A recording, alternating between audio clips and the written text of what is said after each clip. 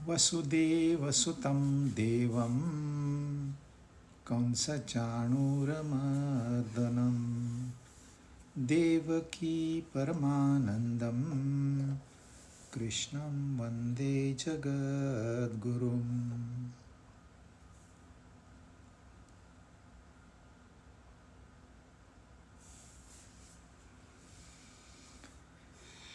भगवद गीता अध्याय 18 63 श्लोक हमने पूरे किए थे। 63 भगवान ने कहा, देख मैंने तुझे जो ज्ञान दिया है वो गुह्य से गुह्यतर है, गोपनीय है, गोपनीय से भी और गोपनीय है। यानी कि सब लोग इसको नहीं जानते या नहीं जान सकते। अब निर्णय मैं तेरे ऊपर छोड़ता हूं, तुझे जो करना है तू कर। यानी कि भगवत गीता वैसे देखा जाए तो समाप्त हो गई, क्योंकि भगवान ने तो निर्णय दे दिया। अब मैंने जो बताना था बता दिया, अब तुझे जैसे करना है कर। पर शास्त्रों में हमेशा इस ज्ञान के बारे में ये होता है कि शिष्य को लगता है और कुछ ज्ञान चाहिए, मुझे और कुछ ज्ञान चाहिए, उसकी तृप्ति नहीं होती है। उपनिषद में भी आता है, गुरु ने सारा उपनिषद बताने के बाद, खत्म होने के बाद शिष्य कहता है गुरु मुझे उपनिषद सिखाइए। तो और एक श्लोक, एक मंत्र गुरु बता देते हैं और कहते हैं हो गया उपनिषद। यहां अर्जुन के ऊपर निर्णय छोड़ने के बाद में कृष्ण भगवान अलग नहीं हुए, वो देख रहे हैं अर्जुन को, उसकी क्या रिएक्शन है। तो अर्जुन थोड़ा विचलित हो गया, अरे हो गया, अब मैं क्या करूं, क्योंकि वो निर्णय करने की क्षमता अभी भी नहीं रख रहा है। 18 अध्याय हो गए फिर भी वो स्वयं निर्णय नहीं ले पा रहा है। वो चाहता है कोई और मेरे लिए निर्णय ले। तो स्वीकार्य है, क्योंकि भगवान ने तो कहा उठ युद्ध कर, भगवान ने तो पहले ही निर्णय लिया। पर इसको लगता है मैंने युद्ध नहीं करना है, युद्ध करना पाप है, लोगों को मारना पाप है। तो भगवान देखते हैं उसकी मनस्थिति ठीक नहीं है, इसको और कुछ दीक्षा देनी चाहिए, शिक्षा दे दी। देखिए पहले तो अध्याय में अर्जुन ही बात कर रहा था, वो अपनी फिलॉसफी झाड़ रहा था। फिर भगवान ने सर्वोच्च ज्ञान उसको शुरू में ही दे दिया, कर्म करने की प्रेरणा दी, कर्म योग बताया, भक्ति योग बताया, विज्ञान बताया, ध्यान बताया, कितनी सारी बातें बताई, दैवी संपत्ति, आसुरी संपत्ति, त्रिगुण, ये 3 गुण हमारे जीवन में कैसे अप्लाई होते हैं, इतना सारा बताने के बाद भी अर्जुन शांत खड़ा है। वो कोई ये नहीं कह रहा है कि कोई बात नहीं, आपने मुझे कहना था कह दिया, अब मैं युद्ध करूंगा। अभी भी वो ऐसे ही खड़ा है, इनडिसिजिव। तो इसलिए भगवान उसको 2 बातें और बताते हैं, और अब वो फिलॉसफी नहीं बता रहे, अब उसको प्रैक्टिकली क्या करना है वो बता रहे। शिक्षा दे दी, अब दीक्षा दे रहे हैं। जैसे हम दान देते हैं ना, तो दक्षिणा भी देते हैं,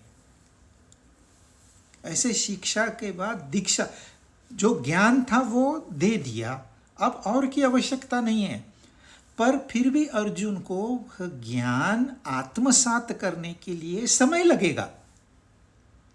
तो इस बीच उसने क्या करना है, अभी क्या करना है, इसके बारे में अभी 64 और 65वां श्लोक, 64, 65 और 66, ये 3 श्लोक, 64 में कुछ नहीं है, लेकिन 65 और 66 ये सबसे महत्वपूर्ण श्लोक है भगवत गीता के। ये दोनों हमें प्रैक्टिकली अभी क्या करना है, ठीक है आपने बता दिया गीता, हमारे पूरा तो समझ में नहीं आया, समय लगेगा, उसको चिंतन मनन होना चाहिए उसके ऊपर, पर प्रैक्टिकली हमने क्या करना चाहिए। तो वो कहते हैं 64वें, सर्वगुह्यतमं भूयः शृणु मे परमं वचः, एष्टोऽसि मे दृढ़मिति ततो वक्ष्यामि ते हितम। पहले क्या कहा था उन्होंने? गुह्य से गुह्यतर ज्ञान दिया है। अब कहते हैं सर्वगुह्यतमम, सबसे अत्यंत गोपनीय और परमम सर्वोत्कृष्ट वचन तू फिर मुझसे सुन। तो अब मैं तुझे जो बताने वाला हूं आगे के 2 श्लोक में, वो अत्यंत गोपनीय है, सर्वोत्कृष्ट है, सर्व गुह्यत, गुह्यत गुह्य होता है, गुह्यतर होता है, गुह्यतम होता है, पर सर्व गुह्यतम यानी कि वो कह रहे हैं ध्यान दो, ध्यान दो, खाली एक कान से सुन के दूसरे कान से निकालना नहीं है। थोड़ा सा उसको कैसे मैं आत्मसात करूं, इसके लिए प्रयत्न करो। तो अत्यंत गोपनीय सर्वोत्कृष्ट वचन तू फिर मुझसे सुन। तू मेरा अत्यंत प्रिय है, प्रिय मित्र है, इष्ट है, इसलिए यह हित की बात, विशेष बात, क्विंटेसेंस, जो सार है अब तक बताया, वो मैं तुझे बताऊंगा। अब 18वां अध्याय 64 श्लोक है, भगवत गीता समाप्त होने को है। अभी भी वो कह रहे हैं मैं तुझे बताता हूं तेरे हित की बात। क्यों? क्योंकि तू मेरा इष्ट है, तू मेरा मित्र है। अब देखिए अर्जुन ने क्या कहा था, शिष्यस्तोहम शाधि माम त्वाम प्रपन्नम। हे कृष्ण, मैं तेरी शरण में आया हूं, मैं तेरा शिष्य हूं, और तू मुझे गाइड कर। और भगवान क्या कह रहे हैं, तू मेरा अत्यंत प्रिय मित्र है। देखो कहां गुरु का स्थान, कहां शिष्य का स्थान। पर गुरु कैसा है, एक पहला अध्याय अर्जुन बोलते जा रहा था, भगवान चुप रहे। बोलना किसने चाहिए? भगवान ने बोलना चाहिए। पर अर्जुन बोला, भगवान चुप रहे। फिर भगवान ने उसके सारे प्रश्नों के उत्तर दिए, प्लस सारा महत्वपूर्ण ज्ञान दिया। फिर भी अर्जुन को कह रहे हैं तू मेरा परम मित्र है, मैंने तुझे कहा तू निर्णय ले। तो इसका मतलब मैं भाग जाऊंगा, मैं निकल जाऊंगा, मैं तुझे ध्यान नहीं दूंगा, ऐसा उसका अर्थ नहीं। मैं तेरे साथ ही हूं। मित्र यानी कि मित्र साथ नहीं छोड़ता। कितने गुरु हैं जो अपने शिष्यों को इतना कॉन्फिडेंस दिलाते हैं कि नहीं मैं तुझे गुरु बनाकर ही रहूंगा। नहीं, कोई गुरु नहीं करता है, शिष्य को शिष्य ही रखना है। किसी को गुरु, आजकल के गुरु किसी को माइक पे बात ही नहीं करने देते अनलेस उनकी तारीफ हो।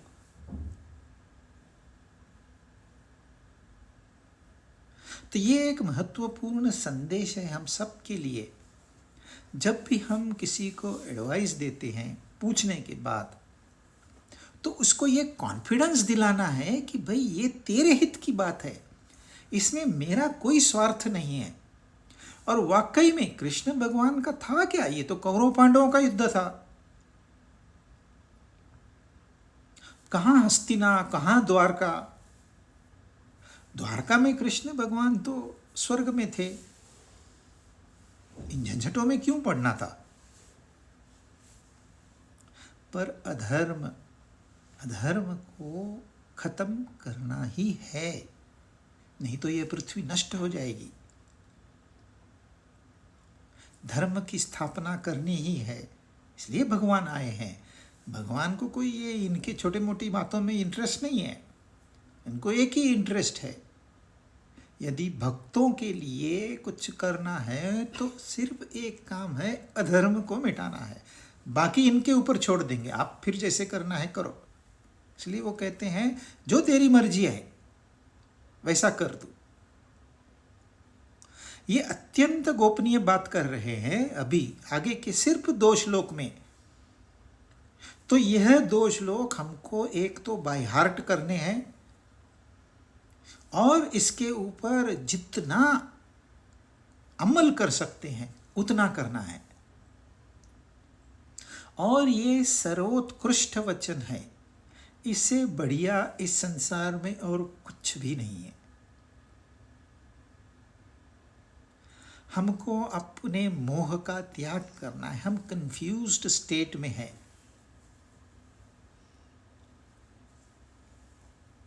तो अत्यंत गोपनीय वचन, फिर तू मुझसे सुन, तू मेरा अत्यंत प्रिय मित्र है, और जो मैं तुझे कहूँगा वो तेरे हित की बात है। देखिए, आम तौर पे भी हम यदि किसी से सलाह लेते हैं और सामने वाला निस्वार्थी है, तो आपको ये वही कहेगा कि मैं जो कहूँगा तेरे हित में कहूँगा, उसमें मेरा कोई स्वार्थ नहीं है। जब भगवद गीता में प्रवचन कोई भी करता है, अनपढ़ गंवार क्यों न हो, उसने जितना पाया है वो निस्वार्थ भाव से ही देना चाहता है। अब लेने वाले लेते नहीं है, वो बात अलग है। ये स्वयं कोई इनलाइटन नहीं है अभी तक, बस थोड़ा बहुत तो जानता है, पुस्तकी ज्ञान तो है। ये ज्ञान की महिमा इतनी है, एक थोड़ा सा भी गंगा जल लव कणिका पीता, एक कण के जितना भी अगर इंसान ज्ञान प्राप्त करता है गीता का, तो वो हमेशा दूसरों के हित की ही बात करेगा। वो कहता है टू सम एक्सटेंट 10%, 20% मैं छूट गया हूं, तो मैं आपको यही सलाह दूंगा, आप भी छूट जाइए। ये महिमा है इस ज्ञान की। और इसमें मेरा प्रिय मित्र है, यह कृष्ण डेलिबरेटली कह रहे हैं। तो अर्जुन को एक कॉन्फिडेंस मिलता है कि भाई मेरे साथ कोई है, मैं अकेला नहीं हूं। एक मित्र का होना बहुत बड़ी उपलब्धि है। और आजकल तो मित्र है ही कहां, आजकल तो स्वार्थ के मित्र है। पार्टियां करो, मित्र ही मित्र है। पार्टी बंद करो, सारे मित्र गायब। मित्र ये होता है जो एक दूसरे की गोपनीयता को जाने, जो सिर्फ दूसरे के हित की बात करे। इसमें मेरा क्या फायदा है, इससे दोस्ती करके मेरा क्या फायदा है, यह गया काम से। लोग रोटरी क्लब, लायंस क्लब जमा करते हैं, ग्रुप बनाते हैं, बड़ी बड़ी पार्टियां करते हैं। किस लिए? वो कहते हैं आप भी आ जाओ। किस लिए? अरे दोस्ती बढ़ती है, पहचान बढ़ती है, फिर हम बिजनेस कांटेक्ट बढ़ा सकते हैं। तो बिजनेस के लिए आपने दोस्ती करनी है, वो व्यापार है, वो दोस्ती नहीं है। यहाँ जो भगवान के वचन है, यह कोई उन्होंने डिजाइन करके नहीं कहा है, प्लान करके नहीं कहा है मैं अर्जुन तुझे मित्र बनाऊंगा। ये नैसर्गिक रीत्या, क्योंकि अर्जुन के माध्यम से ही यह युद्ध होना है। अर्जुन ही उनका भक्त है वहां पर, सीधा साधा। देखिए, अर्जुन है इंद्र का पुत्र, यानी कि मन है। इंद्र मन की देवता है, तो अर्जुन भी मन हो गया। तो ये मन जो है ना, यही बहिर्मुख हो जाता है, दुखों में जूझता है, तड़पता है, रोता है, फिर हंसता भी है, नाचता भी है, झूमता भी है, फिर रोता है, फिर दुखी होता है। ये मन है। और जो अपनी आत्मा है वो शुद्ध बुद्ध, उसमें एक भी जरा सा भी कलंक नहीं है। तो हुआ क्या है, इसी निष्कलंक आत्मा में हमने वासनाओं का कलंक लगा दिया, तो मन हो गया। तो मन ही के, जो मन से दुख पैदा हुआ है, उसी मन से दुख का निवारण होगा। और कोई रास्ता नहीं है, सिर्फ मन बहिर्मुख है, उसको अंतर्मुख करना है। तो अब भी वो कह रहे हैं सर्वगुह्यतमम, यह ज्ञान मैं तुझे बताऊंगा। देखिए, यह ज्ञान सबको उपलब्ध नहीं है। क्यों नहीं है? क्योंकि सृष्टि की रचना ही ऐसी है। कितने बच्चे आईआईटी में एडमिशन करने के लिए या किसी मेडिकल ब्रांच में एडमिशन मिलाने कितनी कष्ट सहते हैं, कितनी मेहनत करते हैं, पर कितने पास होते हैं? कितनों को एडमिशन मिलती है? सिर्फ एडमिशन मिलना आईआईटी में या मेडिकल इंस्टीट्यूट में ये बहुत बड़ी उपलब्धि है। क्योंकि जैसे ही एडमिशन हो गई, निश्चित हो गया, इसका करियर सेट हो गया। फिर उनको बड़े बड़े जॉब मिलेंगे, बड़ी बड़ी पगार मिलेंगे, उनकी इज्जत होगी, मान होगा। तो सवाल ये आता है, इतने चंद कैंडिडेट क्यों जाते हैं? सबको क्यों नहीं आईआईटी और आईआईएम में भेजा जाता? अरे सभी चले जाओ। अब सभी आईआईटी आईआईएम करेंगे, वे डॉक्टर बनेंगे, बाकी के काम कौन करेगा? कंपाउंडर का काम कौन करेगा? मशीनें कौन चलाएगा फैक्ट्री में? तो ये चंद लोगों को ही अधिकार है कि आप डायरेक्ट मैनेजमेंट पोस्ट पे बैठ जाओ, सीधे पढ़ाई करके और सीधे ऊपर बैठ जाओ। ये थोड़े लोगों को मिलता है। ऐसे ही इस आध्यात्मिक क्षेत्र में बहुत बहुत कम लोग आ पाते हैं। जो आते हैं वो उनमें से ज़्यादातर टिक नहीं पाते। जो टिक पाते हैं उनका भी ध्यान ज़्यादा सांसारिक बातों में ही होता है। यह ज्ञान से मैं करियर कैसे बनाऊं, दोनों हो जाए, मेरा पैसा भी मिले, ज्ञान भी मिले। और जब तक जरा सा भी ध्यान बाहर है, ये ज्ञान नहीं होगा।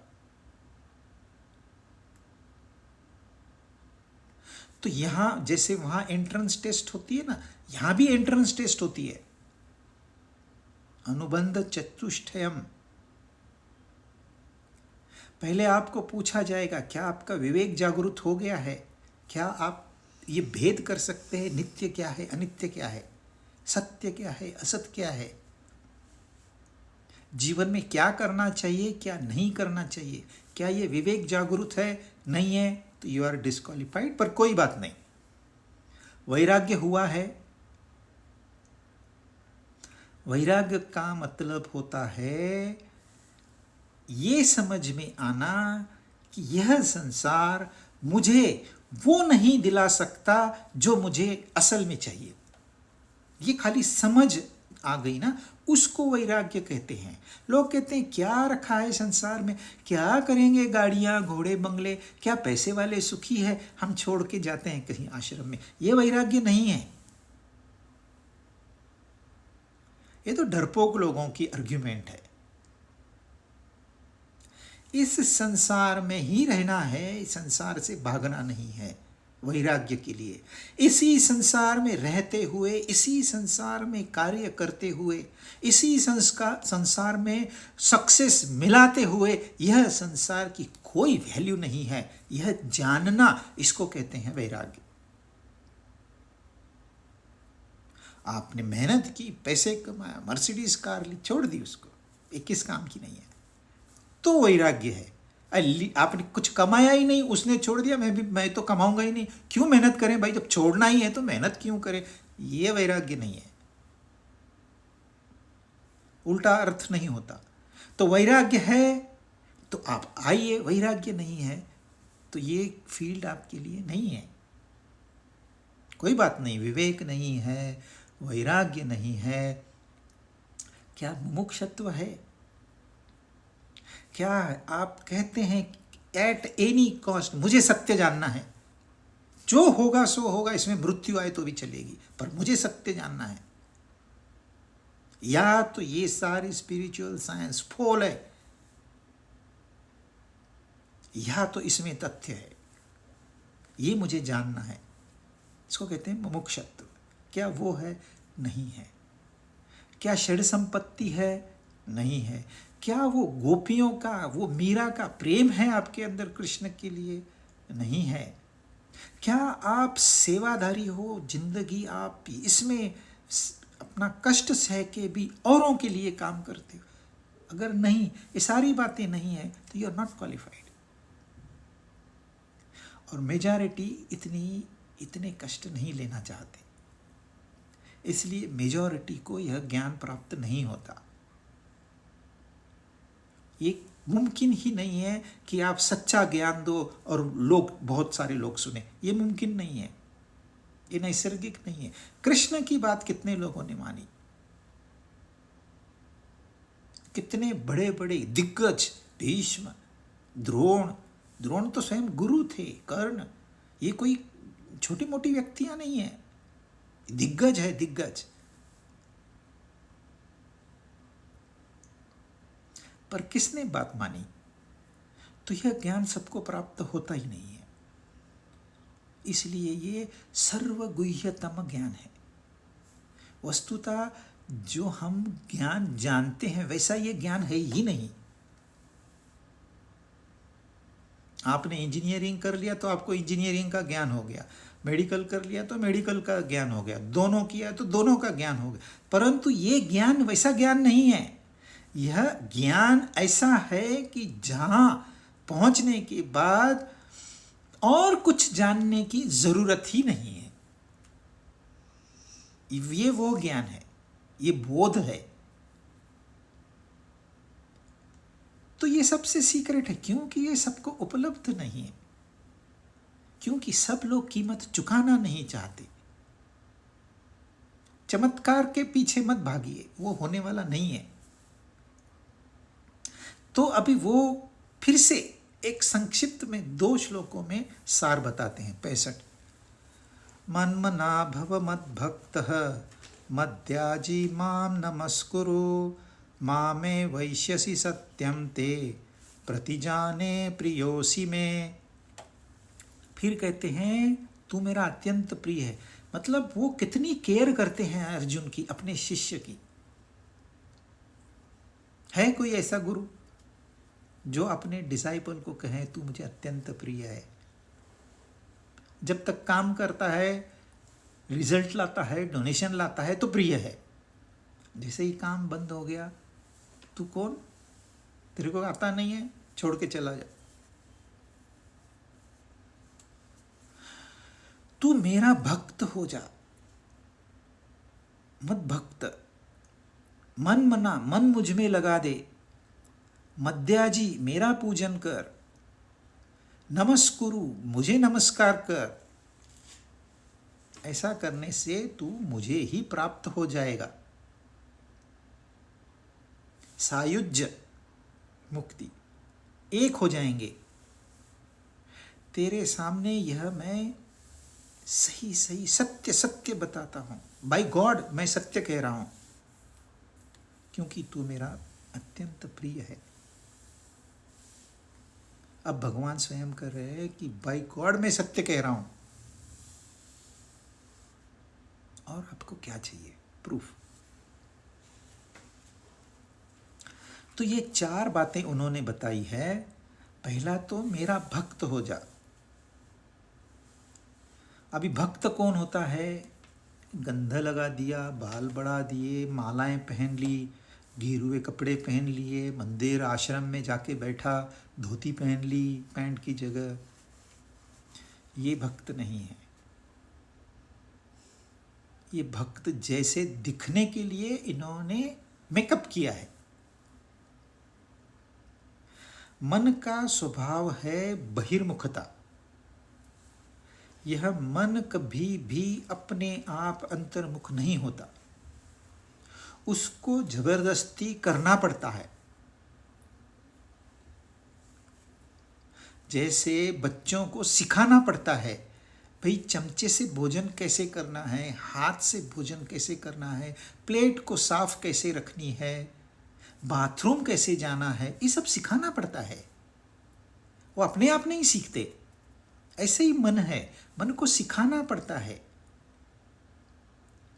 और जब तक मन बहिर्मुख है तब तक वो विभक्त है अपने ही आत्म स्वरूप से।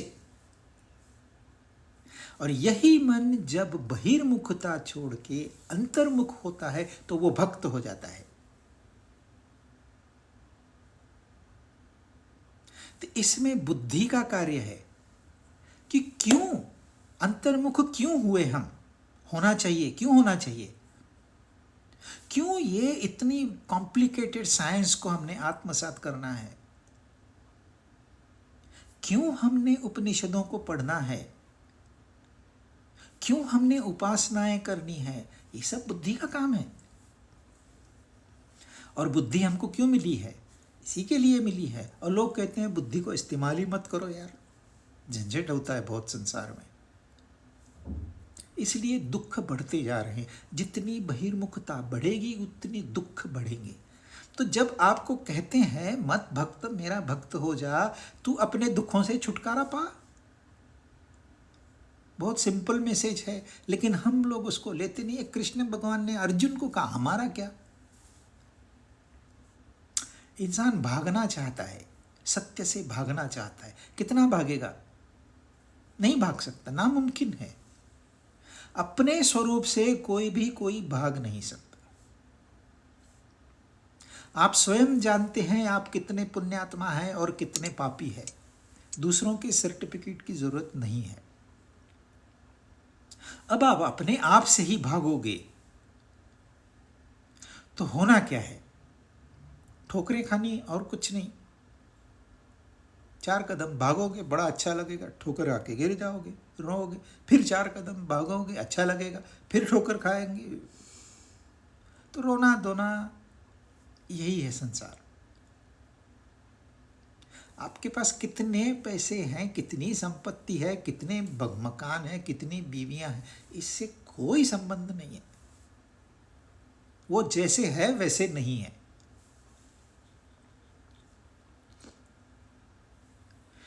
तो स्वयं भगवान कह रहे हैं मेरा भक्त हो जा, थोड़ा अपने आप को मोड़ दे।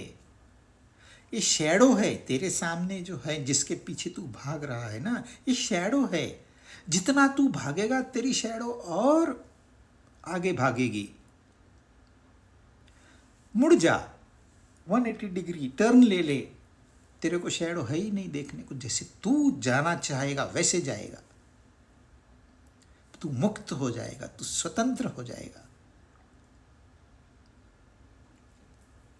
मन मना,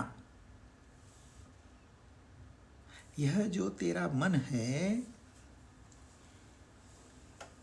इसको मुझ में लगा दे। भक्त होने के लिए बुद्धि की आवश्यकता है, ये बहुत लोगों को पता ही नहीं है। मन मना ये यहां सिर्फ मन का ही खेल है। मन में सारे प्रकार की भावनाएं,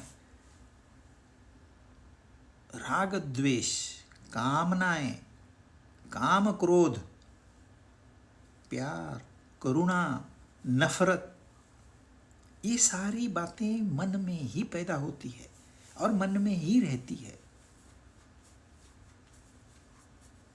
यदि हम इस मन को परमात्मा से भर दें,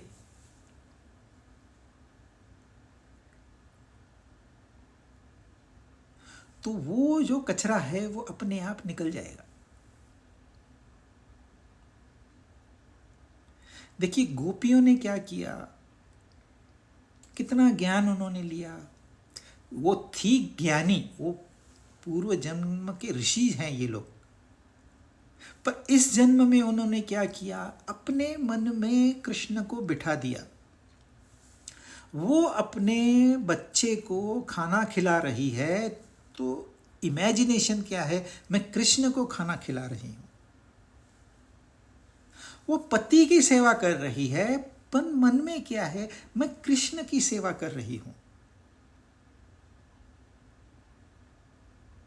उनके ऊपर रोक लगा दी गई, कुछ गोपियों के ऊपर जाना नहीं है रासलीला में, सांस बैठ गई दरवाजे में। उन्होंने अपने कमरे में ही कृष्ण को बुला लिया, अपने ही कल्पनाओं से, और कृष्ण में ही रम। तो उनके जीवन में कृष्ण के सिवा कुछ है ही नहीं। जो भी माखन निकालेगी कृष्ण के लिए, आजा चोरी करके ले जा।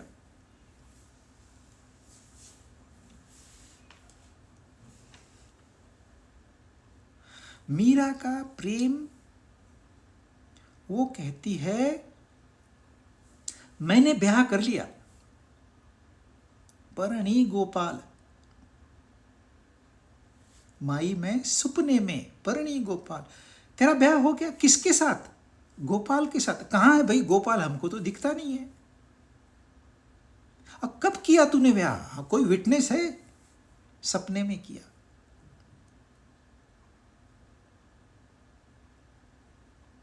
अब कौन स्वीकार करेगा इसको?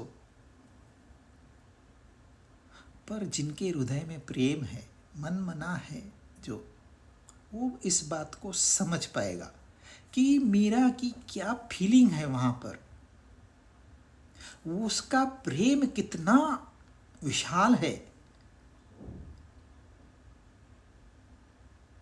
ये इनको शब्दों में नहीं बता सकते। वो कहते हैं मन मना, एक एक शब्द में क्या हमको समझ में आएगा? मन कैसे लगाए मन? तो हम उनको उदाहरण ही लेने पड़ेंगे। मध्या जी जो भी करता है ना, वो मेरे लिए कर। देखिए हम लोग ऑफिस में जाते, नौकरी करते हैं, किसी संस्था में हम मैनेजर है, ऑफिसर है, जो भी कुछ है,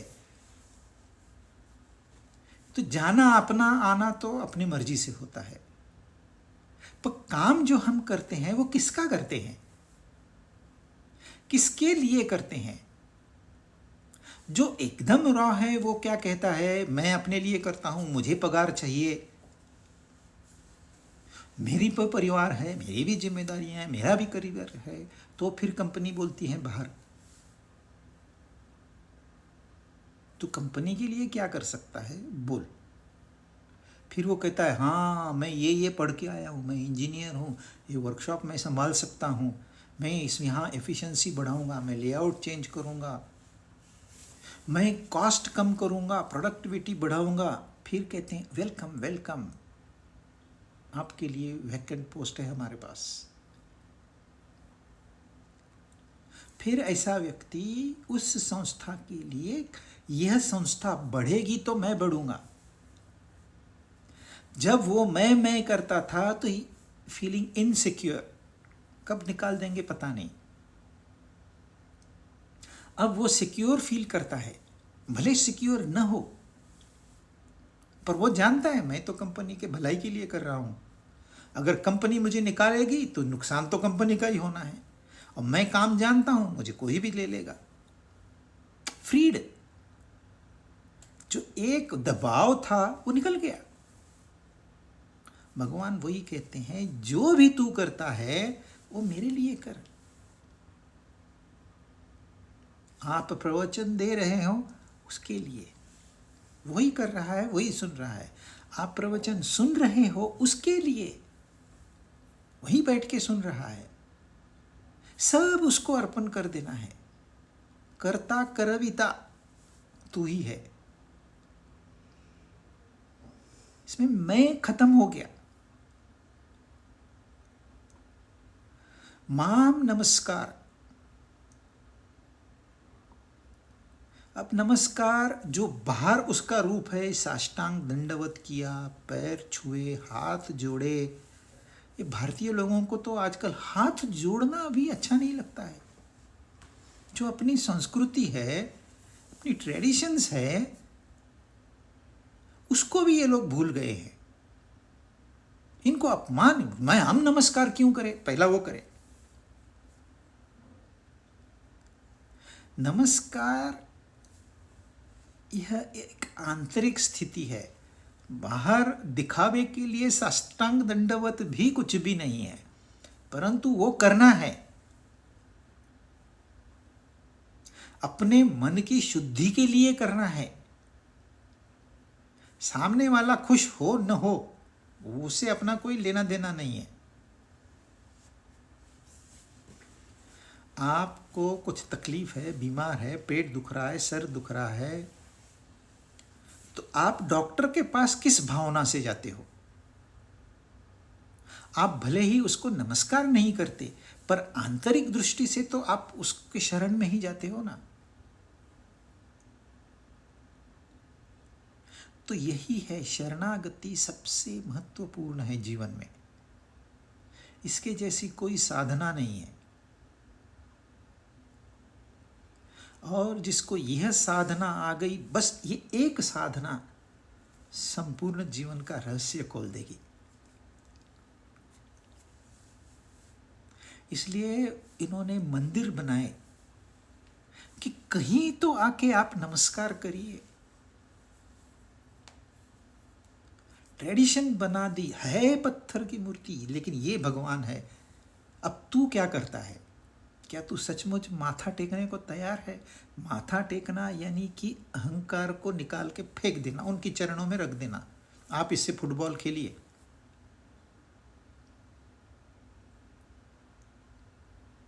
योजनाएं बड़ी सोच समझ के बनाई है, लेकिन आजकल मंदिरों में क्या है? बिजनेस। कौन सा दर्शन कराते हैं ये?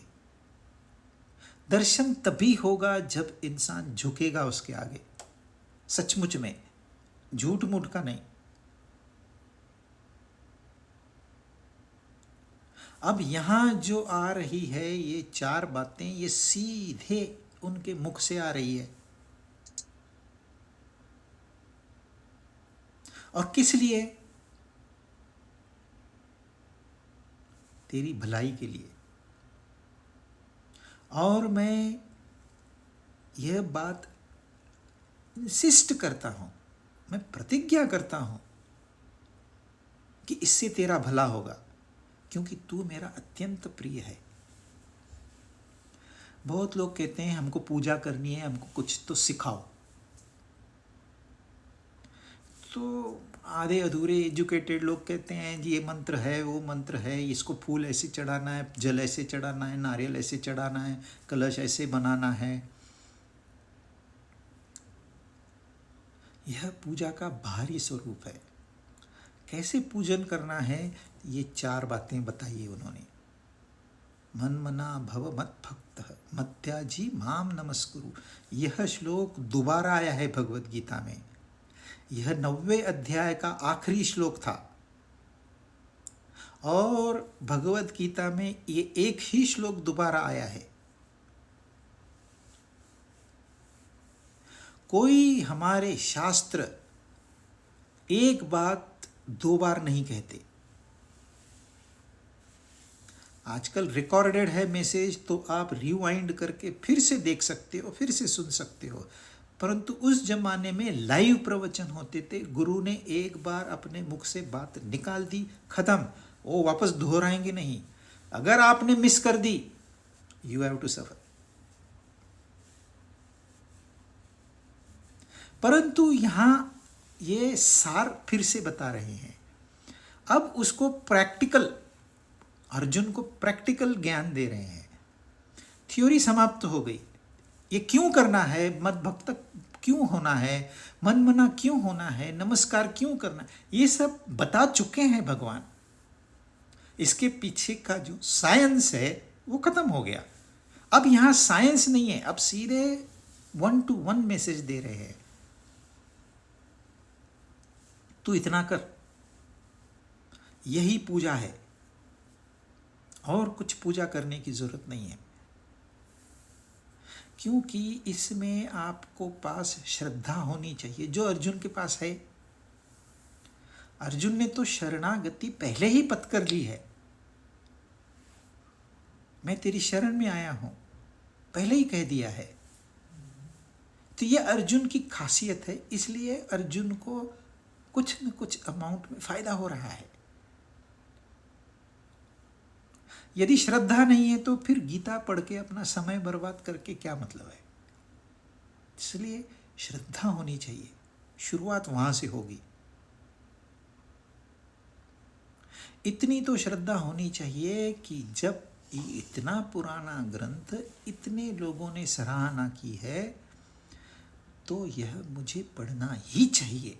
पढ़ना मतलब आप पुस्तक लेके पढ़ के नहीं समझ में आएगा, कोई न कोई इंटरप्रेटर चाहिए।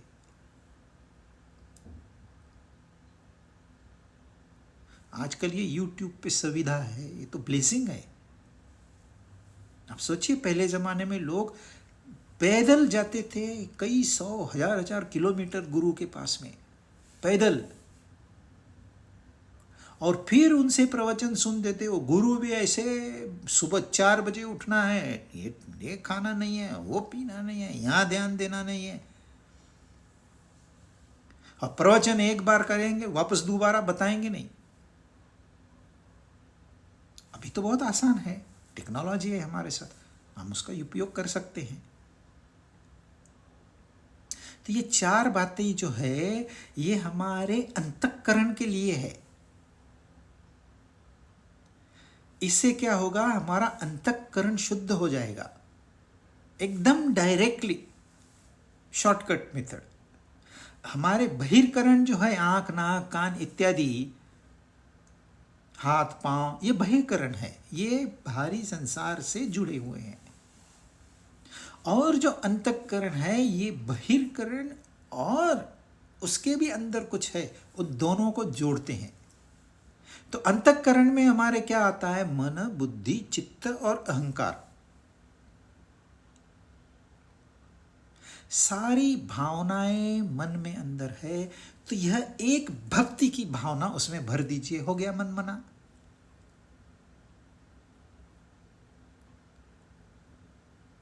बुद्धि से यह जान लीजिए कि बाहर दौड़ने से कुछ होने वाला नहीं है। चलो थोड़ा अंतर्मुख भी होते हैं। चित्त में हमारे संस्कार है। जो पहले 5 साल में मैंने सीखा है, वो सबसे बड़ा ज्ञान है, वो मेरे चित्त में स्टोर है। और जब भी मैं कोई काम करूंगा, कोई बातें करूंगा, अपने आप वो रंग उसको चढ़ जाएगा। तो मेरे संस्कार, मेरी वासनाएं, fine imprints of past actions, मेरे कर्म, ये सारे चित्त में स्टोर्ड है। ऐसे नहीं है मैं भूल गया अब कुछ होने वाला नहीं है, ये नहीं होता है। वो वासनाओं के रूप में, बीज के रूप में वहां बैठे हैं। सही समय आने पर वो सही बात बाहर आएगी।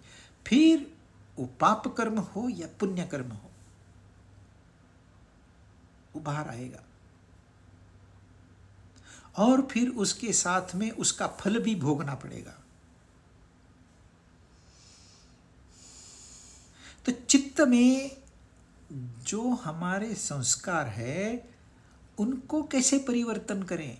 तो वो कहते हैं मध्याजी, तू मेरे लिए कर, बाकी छोड़ दे। माम नमस्कुरु, चौथा हिस्सा है अंतःकरण का अहंकार। अहंकार यानी कि मैं बहुत बड़ा हूं। इसमें बहुत बड़ा, ये तो प्राइड हो गया, रोगंस हो गया। पर जो मैं है, यह अहंकार है। इस मैं की उत्पत्ति जब होती है तो उसको अहंकार कहते हैं। फिर ये अहंकार का दूसरा रूप हो जाता है घमंड।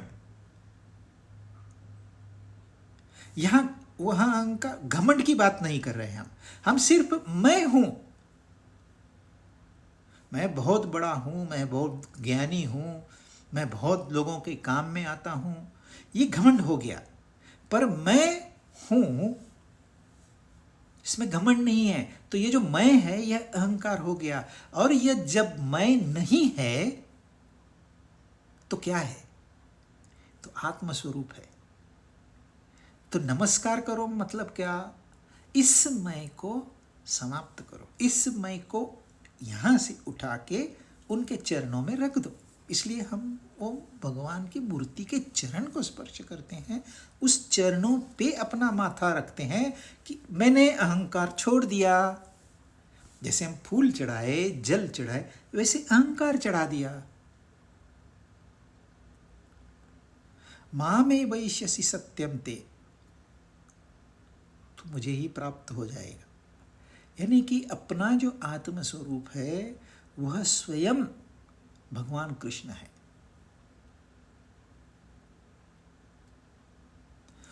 वो जो सिनेमा में कृष्ण दिखाते हैं वो नहीं, या मंदिरों में जो आपको कृष्ण दिखाया जाता है वो नहीं।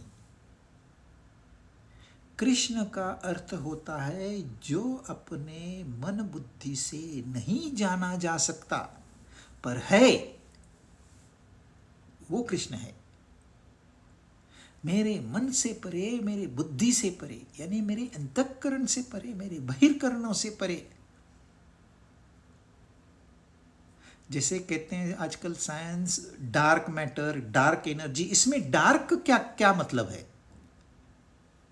डार्क का मतलब है अननोन, हमें पता नहीं है पर है। ऐसे ही कृष्ण भी है, हमें पता नहीं है पर है, बुद्धि से नहीं जाना जा सकता, इसलिए वो बुद्धि के परे है पर है।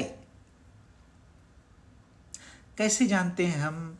मैं हूं ना, हम कहते हैं ना मैं हूं ना, चाहे कुछ भी हो जाए, मेरे हाथ पांव सारे कट जाए, मैं हूं ना।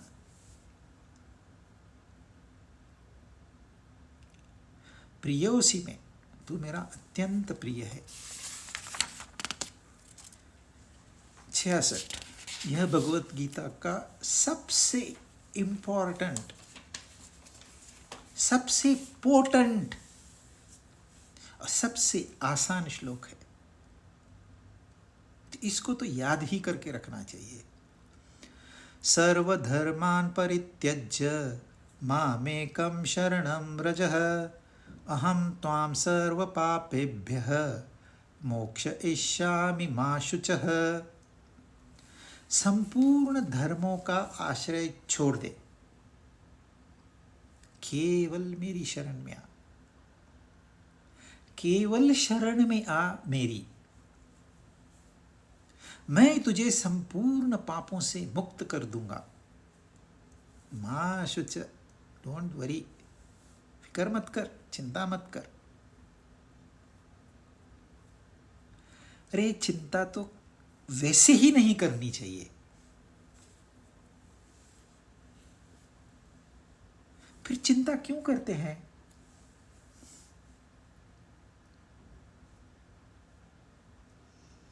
एक बच्चा माँ की गोद में कभी चिंता करते हुए देखा है? माँ केपेबल है कि नहीं, मुझे ध्यान देगी कि नहीं, उसको कभी कोई डाउट होता है?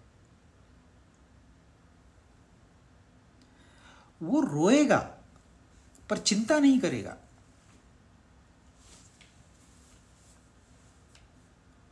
एक छोटी सी बच्ची, उसकी क्या हैसियत है आप सोचिए, 2-3 साल की बच्ची, उसका पिता जो कि फैक्ट्री में मैनेजर है, उसकी क्या हैसियत है सोचिए। अब ये बच्ची उस पिता को घोड़ा बनाती है, तो क्या उसको चिंता होती है ये मुझे ले जाएगा कि नहीं, मुझे गिरा देगा कि नहीं? माँ शुच, पिता कहता है माँ शुच, मैं हूं ना। वो उस बच्ची को उछालता है आसमान में, कहता है चिंता मत, और वो हंसती है। माँ शुच, ये होता है नमस्कार। मामेकं शरणं व्रज, उसका परिणाम है ये।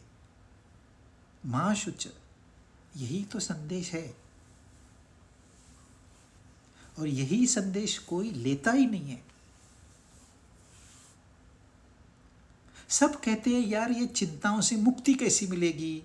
कहते हैं माँ शुच, चिंता मत कर तू, मेरे पास फॉर्मूला है, सूत्र है।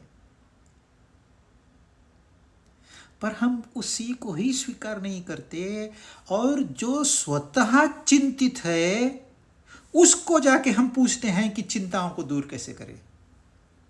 अरे जब वो अपनी चिंताएं दूर नहीं कर पाया तो तुम्हारी चिंताएं कहां से दूर करेगा? यह चिंता चिता की ओर ले जाती है।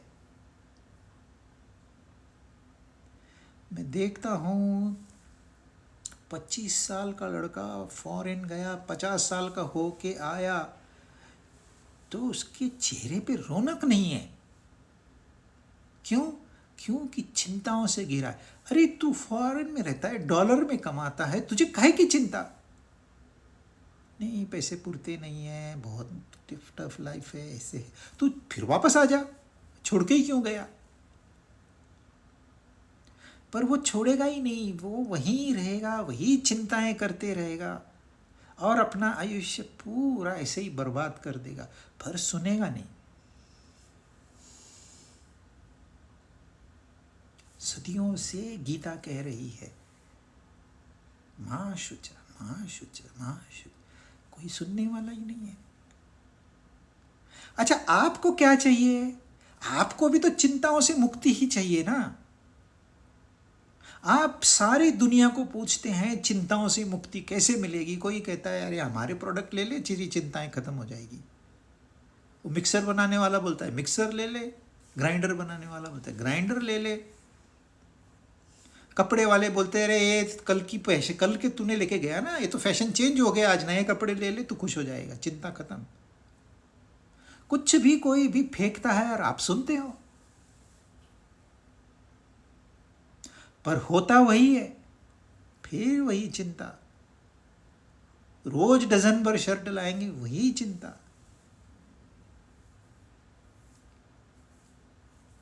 मेरा दोस्त है, बोलता है मैं महीने में एक शर्ट रिपीट नहीं करता, तो 30 शर्ट उसके शेल्फ में पड़े हैं,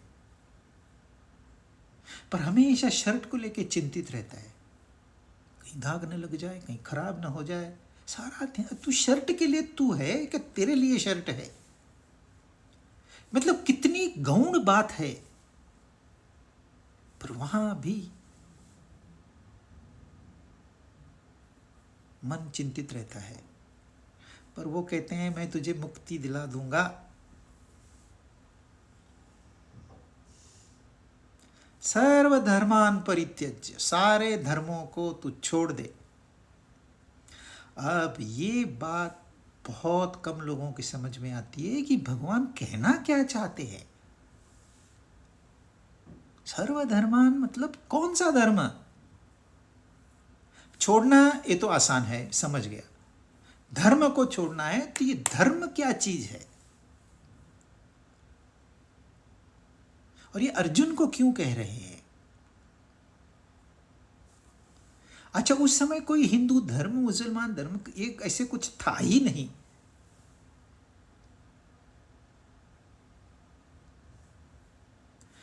धर्म, पहली बात तो समझ लीजिए, it is the science of self. यह विज्ञान है, आत्मविज्ञान, आत्मविद्या। हमको जो विज्ञान पता है, कोई मेटलर्जिस्ट है, वैज्ञानिक है, वो रिसर्च करता है अलग अलग जगह, रेयर अर्थ जो मेटल्स है किसने ढूंढ के निकाले? ये मेटलर्जिस्ट ने ढूंढ के निकाले। कहते हैं अभी यूरेनियम का स्टॉक धरती से खत्म हो रहा है, मिल नहीं रहा है यूरेनियम। किसने ढूंढ के निकाला? साइंटिस्ट ने। तो ये साइंटिस्ट है, ये साइंस है, यह किसके लिए है, ये किसके ऊपर काम करते हैं? तो ये बाहरी वस्तुओं पे काम करते हैं। सिलिका को शुद्ध किया, सिलिकॉन किया, सिलिकॉन के ऊपर वो वेफर बनाया, वेफर से उसके ऊपर लाइट छोड़ी तो उसने बिजली बनाई। तो हमने सूर्य से सीधे बिजली अपने घर में लगा दी। यह हो गया विज्ञान, परंतु यह भौतिक विज्ञान है। ये अपने बाहर की चीजों पे विज्ञान है। प्रोसेस वही है, डेटा कलेक्शन, डेटा एनालिसिस, फिर उस कर साइंटिफिक कंक्लूजन, फिर उसके ऊपर एक्सपेरिमेंटेशन, और फिर वो रूल डिक्लेयर करते हैं, वे इसके ऊपर प्रकाश पड़ने से ये टुक टुक टुक टुक ऑन ऑफ होता है, हम बिजली बनाते हैं। ये मैग्नेट है, इसमें कॉइल को घुमाया, बिजली बनती है। इन्होंने नियमों का खोज किया है कि नहीं?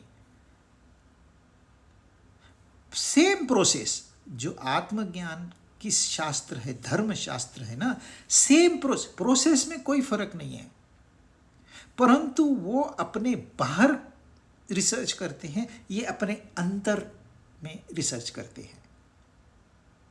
तो जो अंतर में रिसर्च का विषय है वो उसको कहते हैं धर्म, और उसके जो शास्त्र है वो है धर्मशास्त्र।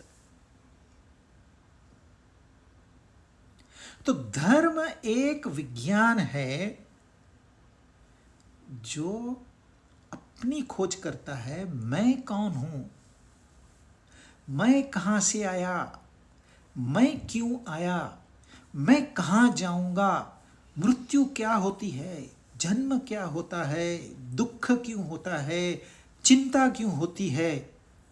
इसके ऊपर रिसर्च करने की जो साइंस है वह है धर्म।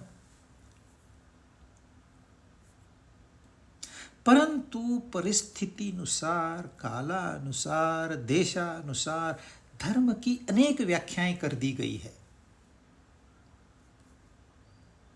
जैसे जैन धर्म में कहते हैं अहिंसा परमो धर्म, अहिंसा ही परम धर्म है, वहां धर्म अहिंसा है। यहां एक बड़े संत हो गए गोरा कुमार, वो कहते हैं नीति और सदाचार यही धर्म है। जैन भी सही है, ये भी सही है। और धर्म होता है अपना स्वभाव। भगवान ने स्वधर्म यह शब्द का इस्तेमाल किया है, वो अपने स्वभावानुसार जो कर्म होते हैं, स्वभावज कर्म, ये दूसरा नाम है स्वधर्म का।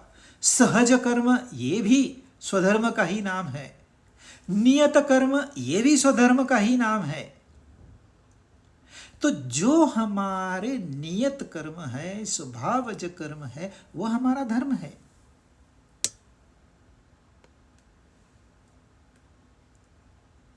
वर्णानुसार अर्जुन का धर्म है क्षात्र धर्म, उसका धर्म है युद्ध करना।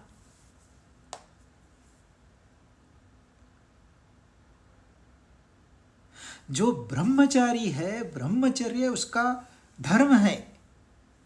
तो वर्णानुसार, आश्रमानुसार, स्वभावानुसार, वासनानुसार हमारा अपना अपना धर्म है, और हम सबका कॉमन एक धर्म है जो कि है अपने आत्म स्वरूप को जानना। अब क्या इसका त्याग कर सकते हैं हम? क्या अपने स्वभाव स्वधर्म को हम छोड़ सकते हैं? नहीं। क्या अर्जुन ने क्षात्र धर्म को छोड़ना चाहिए? नहीं।